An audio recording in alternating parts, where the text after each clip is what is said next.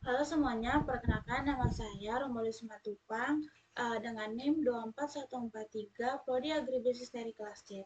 Nah, pada kesempatan kali ini saya akan mereview memaparkan tugas saya yaitu review artikel analisis korespondensi. Nah, kita mulai saja. Yang pertama itu dengan judul yang saya review yaitu distribusi listrik menurut provinsi di Pulau Jawa tahun 2022 menggunakan analisis korespondensi. Selanjutnya yaitu latar belakang. Artikel ini menjelaskan ketidakmerataan distribusi listrik antara provinsi di Pulau Jawa dan dampaknya terhadap pembangunan lokal. Penulis juga menegaskan bahwa di provinsinya itu Jawa Bali sebagai pusat beban listrik nasional dan memilih memfokuskan studi pada relasi antara provinsi dan kelompok pelanggan listrik. Nah, selanjutnya yaitu kita ke analis penggunaan alasan penggunaan analis korespondensi pada artikel jurnal. Yang pertama itu data berupa tabel kontingensi yang terdiri dari provinsi di Pulau Jawa yaitu 6 kategori, kelompok pelanggan listrik 6 kategori. Dan di sini alasannya juga itu bahwa analis korespondensi itu tepat untuk menguatkan hubungan antar kategori sekaligus memfleksikannya. Adapun kelebihannya yaitu contoh untuk data kategorial, menunjukkan pola dominasi dan kedekatan antar kategori, reduksi dimensi yaitu informasi ringkas namun kaya seperti lebih dari 99% variasi tercakup. Selanjutnya itu hasil visual mudah dipahami dan relevan untuk rekomendasi kebijakan. Nah, selanjutnya yaitu metode penelitian yang digunakan yaitu menggunakan data sekunder dari publikasi BPS Statistik Listrik 2018 sampai 2022 dengan 36 data observasi. Variabelnya terdiri dari X1 itu provinsi mulai dari DKI Jakarta, Jawa Barat, Jawa Tengah, Yogyakarta, Jawa Timur, dan Banten. X2 itu kelompok pelanggan listrik baik rumah tangga, industri, komersial, sosial, gedung pemerintah, dan penerangan jalan. Nah, selanjutnya itu ada pun hasil interpretasi data yang diolah di jurnal yang di dalam jurnalnya yaitu hasil penelitian menunjukkan adanya hubungan signifikan antara provinsi dan kelompok pelanggan listrik, yaitu diuji C-score yang signifikan. Nah, di sini juga tabel atau diagram biplotnya itu ada pola dominasi yang ditemukan yaitu DKI Jakarta dominan pada pelanggan komersial, Jawa Barat itu dominan pada penerangan jalan, Jawa Tengah dominan pada gedung pemerintah, dan Yogyakarta dan Jawa Timur dominan pada pelanggan sosial, dan Banten dominan pada industri. Nah, selanjutnya itu hasil data yang ada di jurnal itu kita olah kembali ke SPSS. Nah, di sini hasilnya itu row profil dan kolom profil di sini menunjukkan bahwa angka proporsi yang dihasilkan sama persis dengan tabel yang ada di jurnal, yang artinya data sumbernya itu konsisten.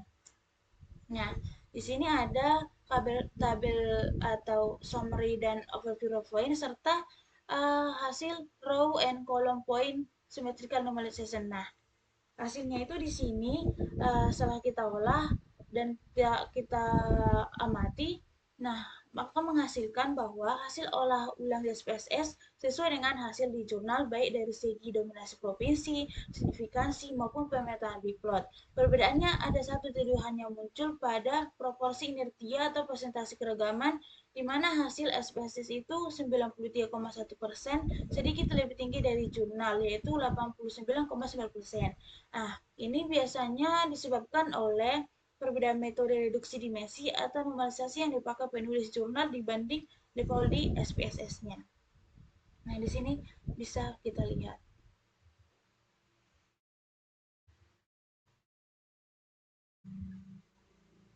Nah, kita lanjut lagi di critical review terhadap artikel yaitu mengenai kelebihan dan kekurangannya.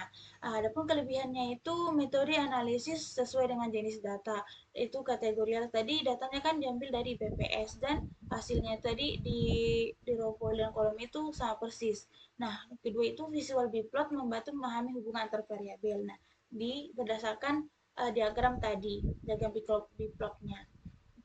Terus data bersumber dari BPS sehingga valid dan dapat dipercaya.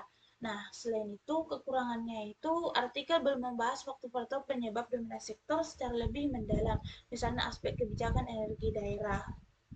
Lanjutkan itu penjelasan interpretasi hasil kadang masih deskriptif, belum mengaitkan dengan implikasi sosial ekonomi yang lebih luas. Ia masih lebih ke interpretasinya itu lebih ke deskriptif. Nah, variabel terbatas hanya di Provinsi Pulau Jawa, belum merupakan variabel seperti pertumbuhan ekonomi atau jumlah penduduknya. Nah, selanjutnya itu ada hal yang kita dapat pelajari, kita petik dari artikel tersebut, yaitu salah satunya tadi itu kita menganalisis kembali hasil data korespondensi itu kembali ke SPSS dan mengetahui tabel kontingensi dan reduksi dimensi sebagai dasar visualisasinya. Nah, selain kan ada tadi kekurangannya, ada pun saran untuk perbaikannya itu yang pertama, penelitian selanjutnya bisa menambahkan variabel penjelas seperti tadi DPRB kepada penduduk khusus energi supaya lebih valid lagi. Nah, terus ada perlunya analisis komparatif antar wilayah di luar Jawa. Kan tadi hanya di Jawa saja.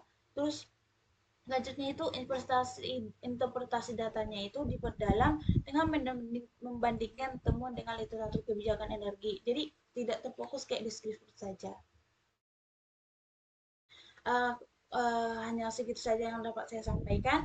Terima kasih atas waktu dan partisipasinya.